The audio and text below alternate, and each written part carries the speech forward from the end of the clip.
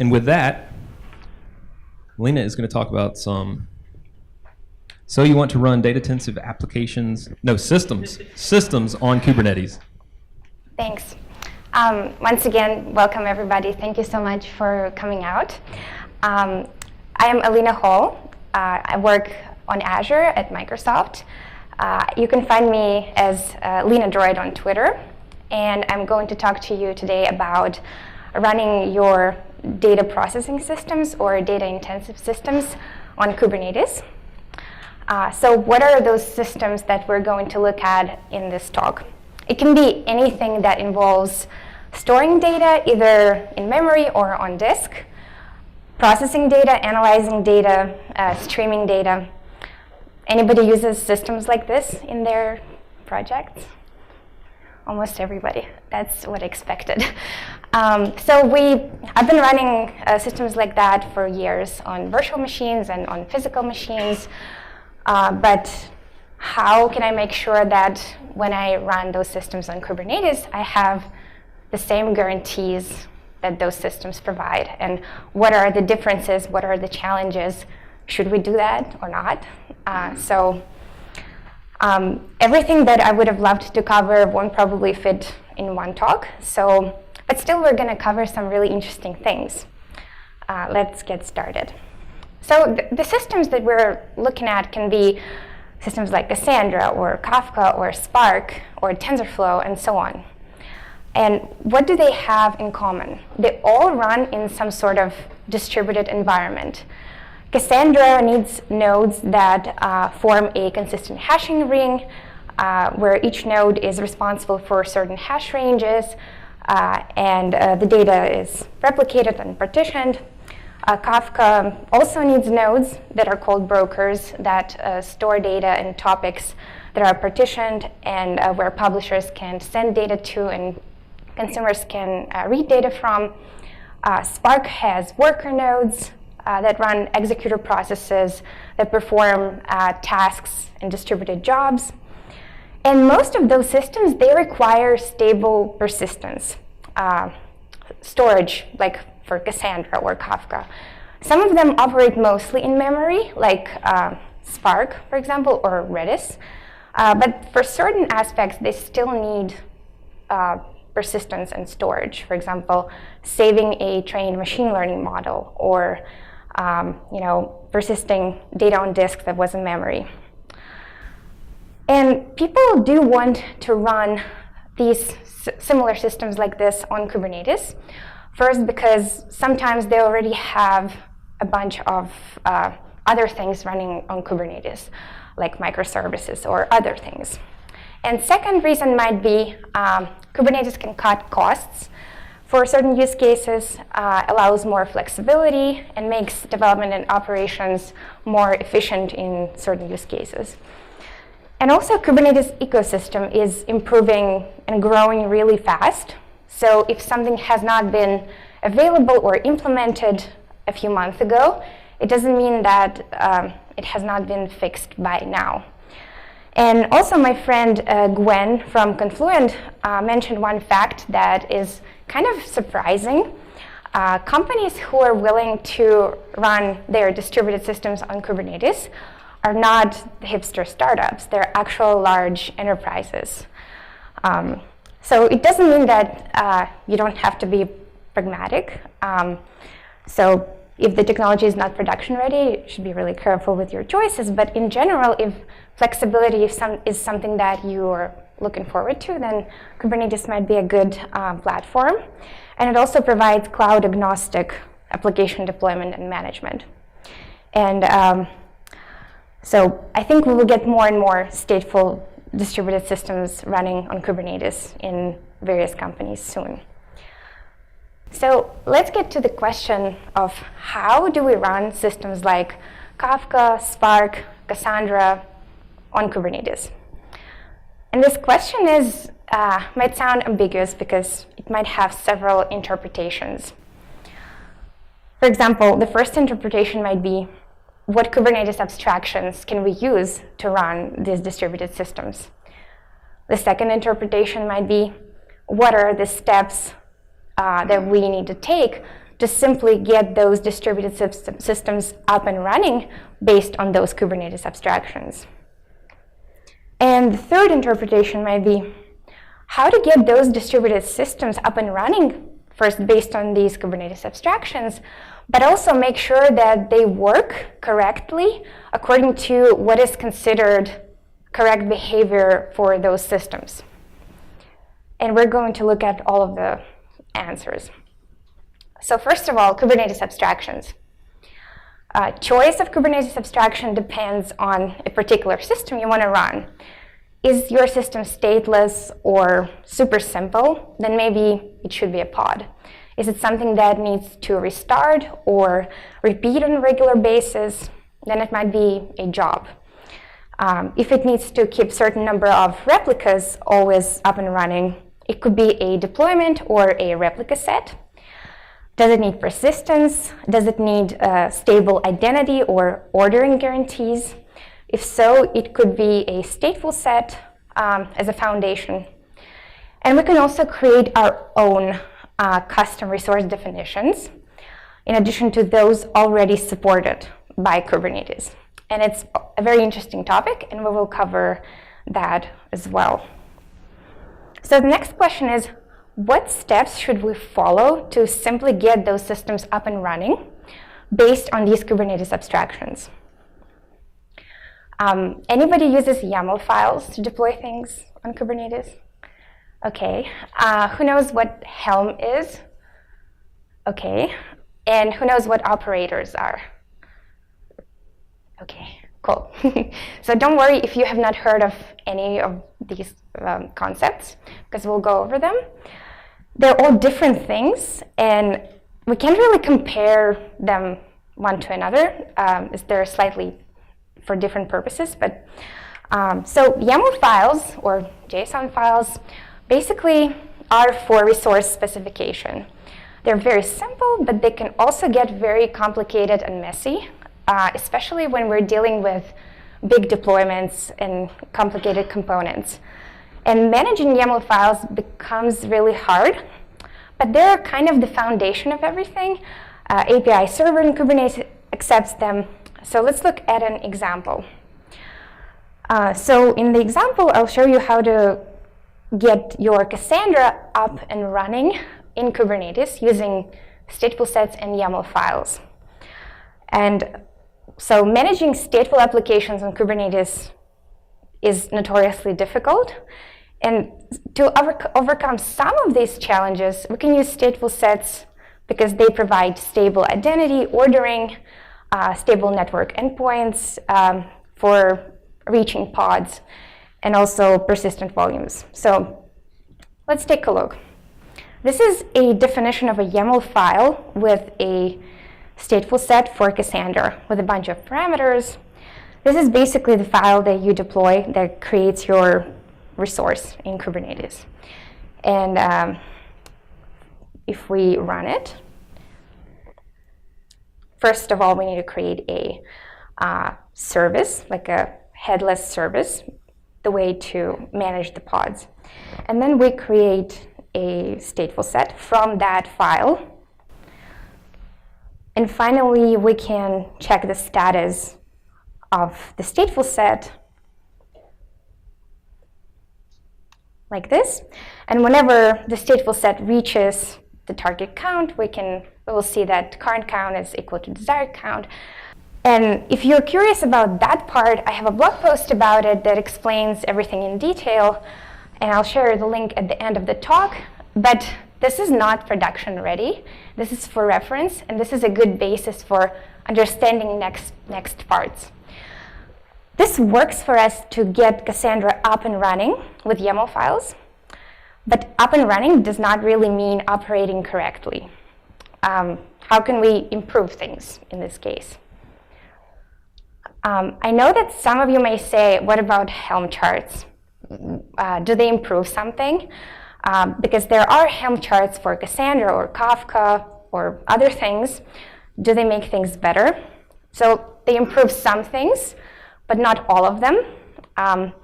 Helm is a package manager for Kubernetes, and it makes it easy to install applications and resources onto Kubernetes clusters.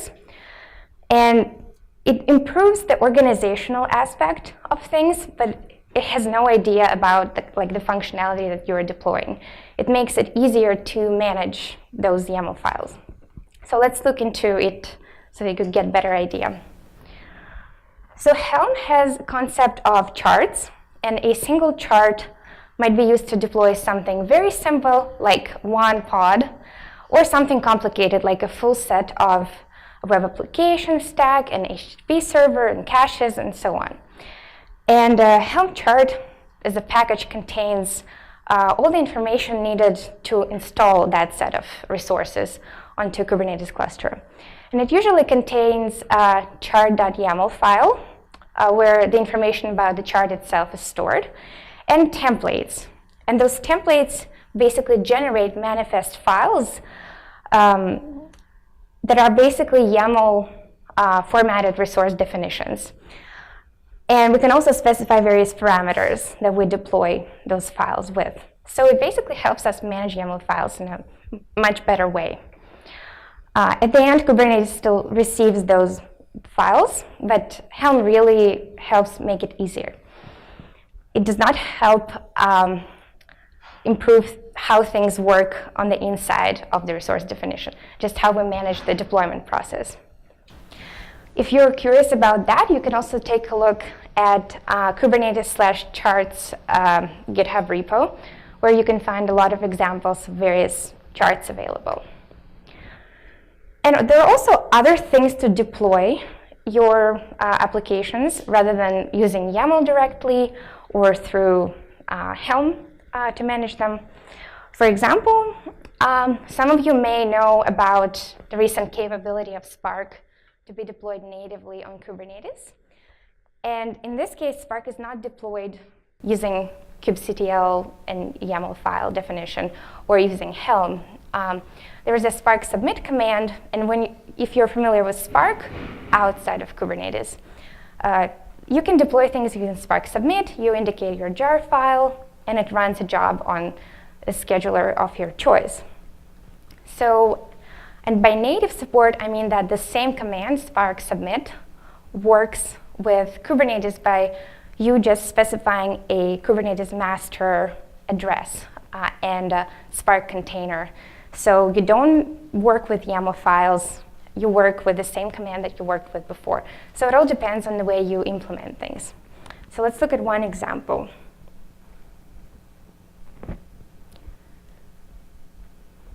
So I'm starting a proxy to be able to talk to a Kubernetes master using localhost.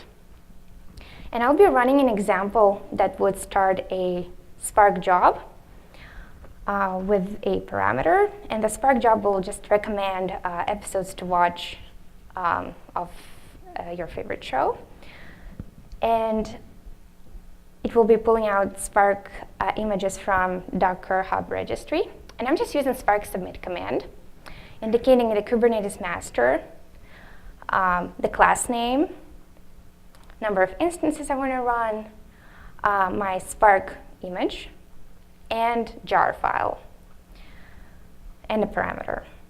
So when I run the job, it will start the Spark job, and let's see what happens in the background in Kubernetes.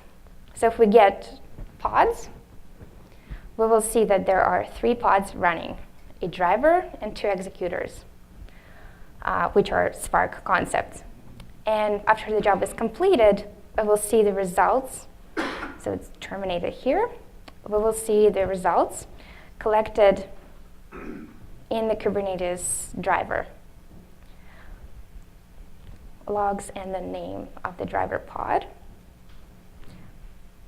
And here they are, number of episodes that contain special characters appearance. So this is how it works. So even though we used the standard Spark command, it created all the Kubernetes resources behind the scenes.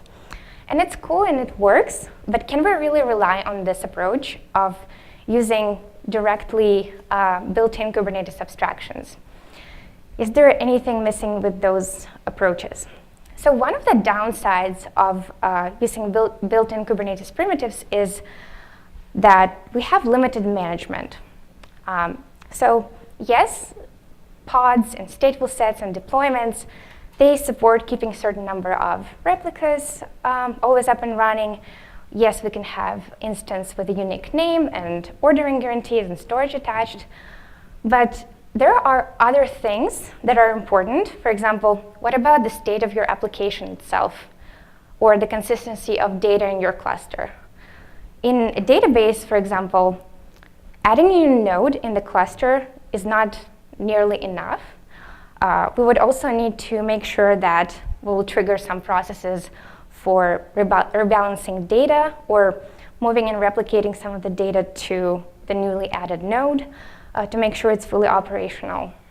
So this leads us to the next question of how do we make sure that we not only keep our systems up and running on Kubernetes, but also make sure they operate correctly based on what correctly means for them.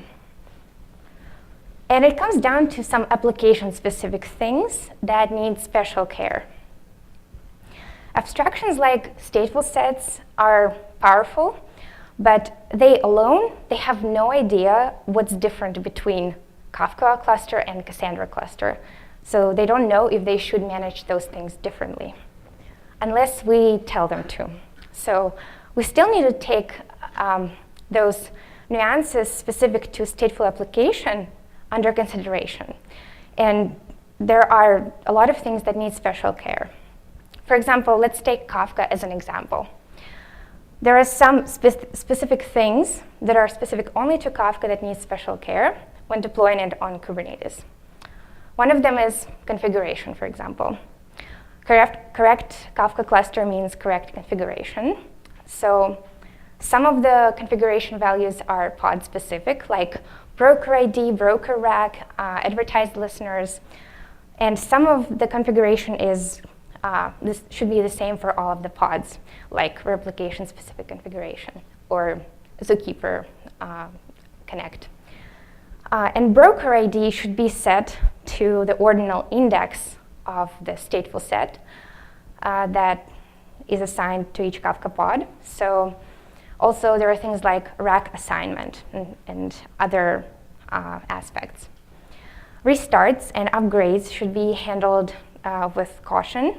So for Kafka, safe rolling update might mean several things, like making sure that there are no under-replicated partitions and that the cluster is healthy and all the pods are ready and available. We also need to make sure that we're restarting pods one pod at a time. And when restarting the next node, waiting for it to catch up with the leader in case we need failover to happen without data loss. So there are a lot of things like that.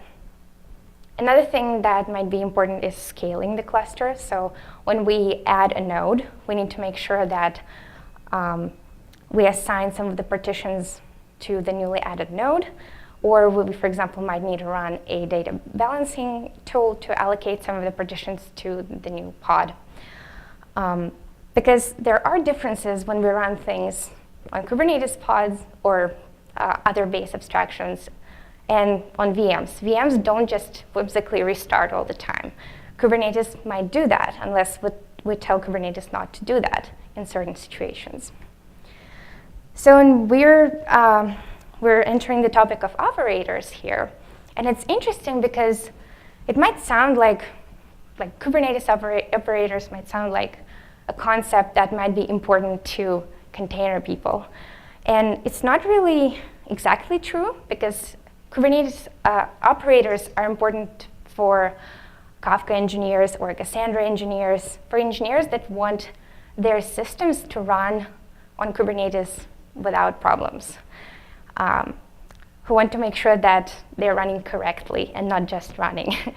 So simply speaking, operators are just custom resource definitions and custom controllers.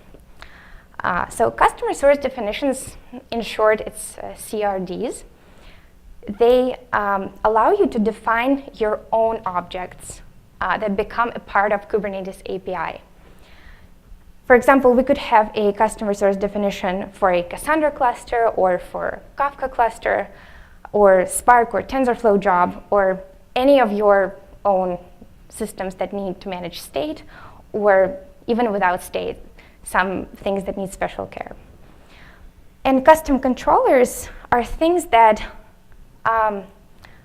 we can use to define logic to manage those CRDs and to make sure that the correct desired state, it matches the correct operation for our specific stateful application. So basically, they enable us to create logic and manage our CRDs to extend and add functionality. So you can think of CRDs as new Kubernetes entities and kind of like data types of abstractions. And this is probably not the best analogy, but if you imagine that your programming language has only built-in primitive data types like int, string, you can't do very much with those, but they are a good foundation. So imagine that CRDs is like being able to create your own classes of things that would work in Kubernetes. And custom controllers are important because they have direct access to Kubernetes API, which means that they can perform changes and actions according to custom rules that we've written inside those controllers. So they can say, OK, Kubernetes, I see you want to restart our pods.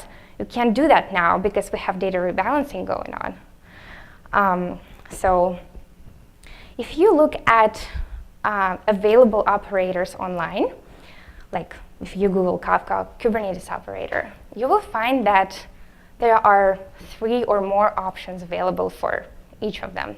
There are multiple projects started, and they have a lot in common because they're all in a very beginner state, so they're all in alpha state. CRD concept became available in Kubernetes ecosystem pretty recently, so you're going to see a lot of things in active development. There's also a Confluent operator for Kafka. It is not open source, but you can sign up for an early preview to try it out. But there are a bunch of open source operators. You can see that they're trying to implement those rules to make sure that your clusters are running correctly. But I have not seen one that is fully operational yet. So same for Cassandra and for other things. There's also one for Spark. So that Spark example that I showed you used the Spark native Kubernetes support. In addition to that, there's also an open source project for a Spark operator that tries to simplify some things, but it takes a different approach. It uses a custom CLI to submit jobs. So they developed a CLI called Spark CTL, and they have their own custom resource definition called Spark application, and you work with Spark this way to make sure that you have automatic job resubmission. If something fails, you can configure restart policies and have more reliability. To just give you a basic example of how that works. So I'm going to execute a very simple Spark job using that Spark operator.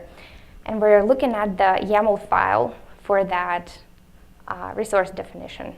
Here, notice that Spark application is a kind. It's not a pod. It's not a stateful set. It's Spark application. And here we have the definition of the configuration.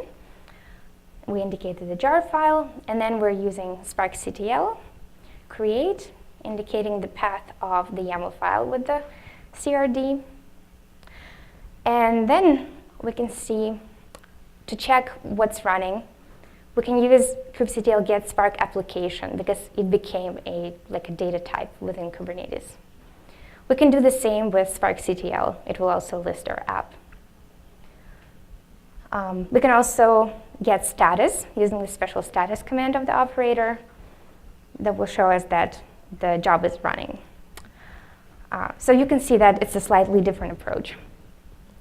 There is also a Redis operator, which is one of many Redis operators available online. And example of it I also have here. So this is when it's already deployed. So we have a cluster test Redis cluster deployed. We can describe it to see what was the CRD. Cluster test. And if we scroll up, we will see here. Yeah, so Redis cluster is the kind of our resource definition, which is a CRD of the certain API version. And then we will have all of the specific configuration for Redis operator defined in this big file. It's basically anything that you want to write, like what is the replication settings, what are the nodes that you're going to use, like we distinguish between roles like master and slave, and basically anything that you can define that is important for your cluster. And we can see that there are pods behind the scenes anyway. There is an operator pod running and the actual cluster pods running. And the operator is a deployment here. So the main thing in those examples is that when you deploy a custom resource definition, you deploy an operator first. It has the logic that watches your new resources to arrive, and it has all the information to make sure that it executes the specific logic to track that your app is running correctly to the logic that was defined. And to dig a little deeper into the operator topic, some of you might want to know how to write your own operator or how to contribute to existing one, because there are a lot of frameworks and systems that are looking into adding Kubernetes support. For example, Flink is thinking about how do they add Kubernetes support. So far, they have Helm charts that manage YAML files. They've been thinking about creating an operator, but they see it like as a next step. So it's good to know how to basically like what is inside of the operator to make sure that you understand it in case you want to contribute to it or create your own. So as I mentioned, controllers are brains behind your resources themselves. And controller subscribes to a queue that receives basic requests on what you do with resources, like adding, editing, deleting resource. And controller worker is going to block on a call to get the next item in that queue to process it. So let's take a look at TensorFlow operator, which is open source. So you can easily take a look at the code on GitHub and just try to understand it yourself. But I split it up on logical pieces so that you get an idea of what the real operator is like. So this is what a CRD looks like. Here we have a custom resource definition for a TensorFlow job. The kind here is TF job, just for short. And then you write an operator logic primarily in Go. There is a type called TF job.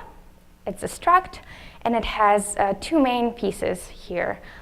Specification for desired behavior of a job, TF job spec, and also a job status definition. Then we have a job specification, which defines what the actual TensorFlow job is about.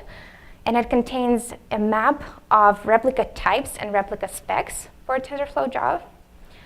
Replica specification is basically a description of what TensorFlow replica is about, like what number of replicas there are, what is the template for pods that it will create for TF replicas. And here it will vary on what exactly your system is about. Like TensorFlow uses pods as a base. You might decide to use jobs or something else. So you implement it the way you need. And there's also a restart policy for all of the TF replicas. And here we have a type of TensorFlow job, which in TensorFlow case is like parameter server, worker, chief, evaluation replica. There can be many types. and a restart policy, like we restart the job always, or on failure, or never. Job status, basically collection of all the replica statuses with start time, completion. And this part is interesting because this is called an informer. And informer's responsibility is to register event handlers for 3 different types of events. For example, add, update, and delete. Basically, the informer is the link between part of Kubernetes that is responsible for handing out those events, add, delete, and update, and also for retrieving the resources in the cluster to focus on. So informer is like a proxy between Kubernetes and your controller.